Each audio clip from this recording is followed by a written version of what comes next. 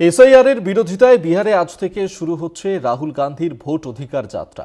রাহুলের সঙ্গে এই যাত্রায় পা মেলাবেন লালু পুত্র তেজস্বী যাদব, থাকবেন বাম নেতা সুভাষিনী আলী। সাসারাম থেকে শুরু হবে এই যাত্রা এবং এই যাত্রায় তাঁরা পথ হাঁটবেন ১৩০০ কিলোমিটার পথ। ১৬ দিন ২০টির বেশি জেলা ঘুরবেন বিরোধী দলনেতা। ১ সেপ্টেম্বর পাটনা ময়দানেই যাত্রা শেষ হবে। এ যাত্রার মূল স্লোগান এক ব্যক্তি এক ভোট। মূল আহ্বান সংবিধান বাঁচাতে। বিহারে পদযাত্রায় সামিল হবেন তারা এবং আজ থেকেই সেই যাত্রা শুরু হতে চলেছে। সাসারাম থেকেই যাত্রা শুরু হবে বিহারের রাহুল গান্ধী। তার এই ভোট অধিকার যাত্রা শুরু হতে চলেছে আজ থেকে। আপনাদেরকে শোনাবো যে লালু প্রসাদ যাদব এবং তেজস্বী যাদব তিনি ঠিক কি বলেছেন।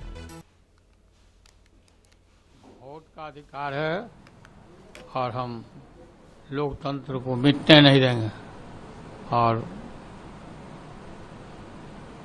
लोकतंत्र को बचाने के लिए हम लोगों ने बहुत सारी कुर्बानियां की हैं, आगे भी करते रहेंगे, मिटने नहीं देंगे। हाँ होगा होगा होगा ना।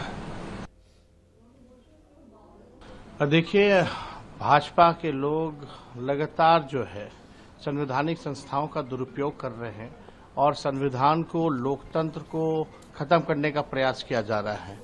और हम लोग हर किस जो है, बिहार की धरती जो है लोकतंत्र की जननी है और लोकतंत्र को भाजपा यहाँ से बिहार से खत्म करेगी। जो लोकतंत्र की जननी है, हम लोग बैठने वाले नहीं हैं। हम लोग हर एक लड़ाई लड़ेंगे, जहां लड़ना पड़े लड़ेंगे और अपने मतदाताओं का जो मत का अधिकार जो संविधान में मिला है उसको हम लोग मिटने नहीं देंगे। हर बिहारी अपना वोट डालेगा, ये हम लोग सुनिश्चित करने के लिए यात्रा पर आज से हम लोग जा रहे हैं।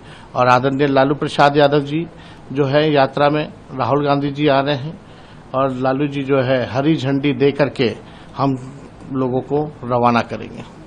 देखिए, हम एक उम्मीद और एक आशा जो है बढ़ी है, उम्मीद की किरण जो है बढ़ी है। हमको लगता है कि सुप्रीम कोर्ट जो है बिहार के लोगों के साथ न्याय करेगी।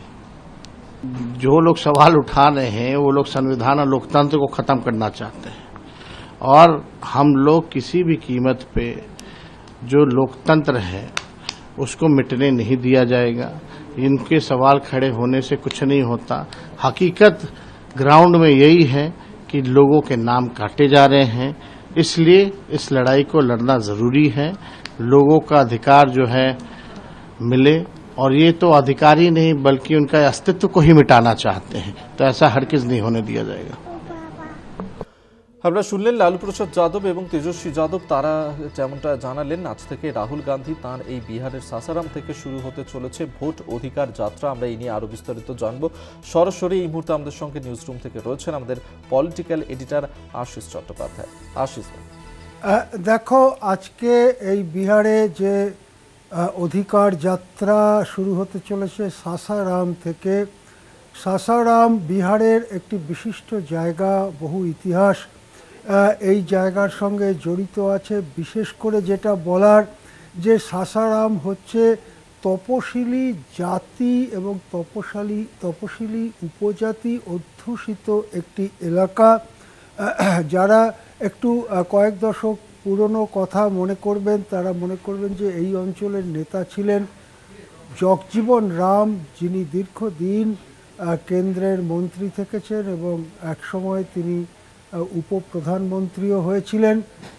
এদেশের যারা পিছড়ে বর্গ বা যাদের পিছিয়ে পড়া বলে চিহ্নিত করা হয় তাদের অতি প্রিয় নেতা ছিলেন জগজীবন রাম, বিহারের নেতা। সেই এলাকা সাসারাম, সেখান থেকে যাত্রা শুরু হচ্ছে। প্রায় ২৫০০ কিলোমিটার এই যাত্রা চলবে। দিনের পর দিন এই যাত্রা একটার পর একটা জেলার ওপর দিয়ে যাবে।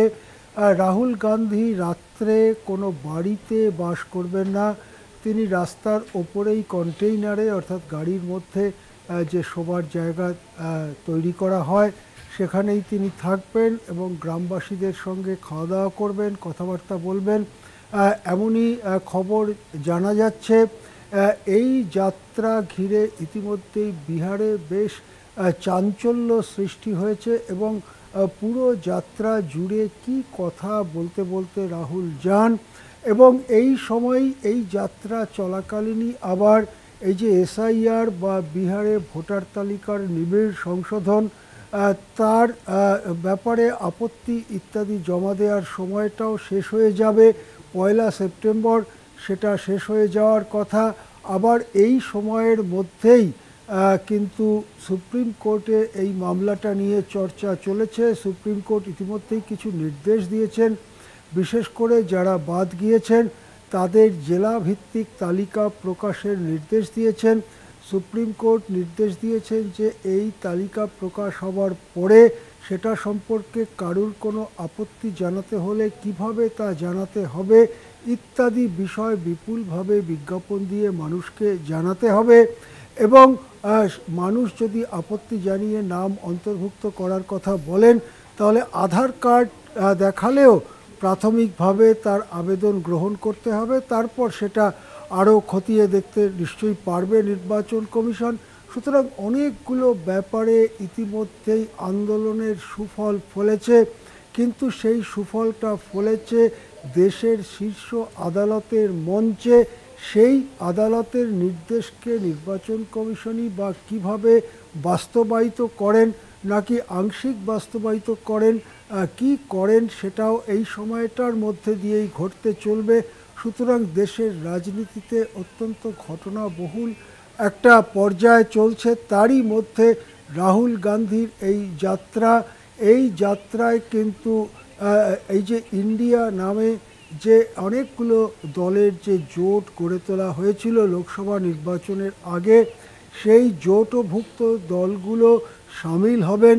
এখনই জানা যাচ্ছে যে সম্পূর্ণ একটি যাত্রী দল পাঠাচ্ছে রাষ্ট্রীয় জনতা দল বা আরজেডি, লালু প্রসাদ যাদবের দল, এবং তারা আজকেই যাত্রা শুরু করে যেখানে রাহুলের যাত্রা শুরু হবে সেখানে পৌঁছবেন।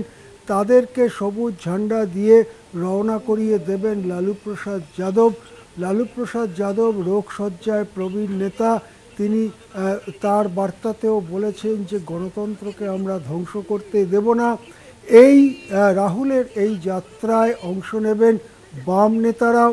সিপিআইএমের লিবারেশনের সাধারণ সম্পাদক দীপঙ্কর ভট্টাচার্য, সিপিআইএমের পক্ষ থেকে সুভাষিনী আলী, সিপিআইয়ের পক্ষ থেকে নেতারা এই যাত্রায় অংশ নেবেন।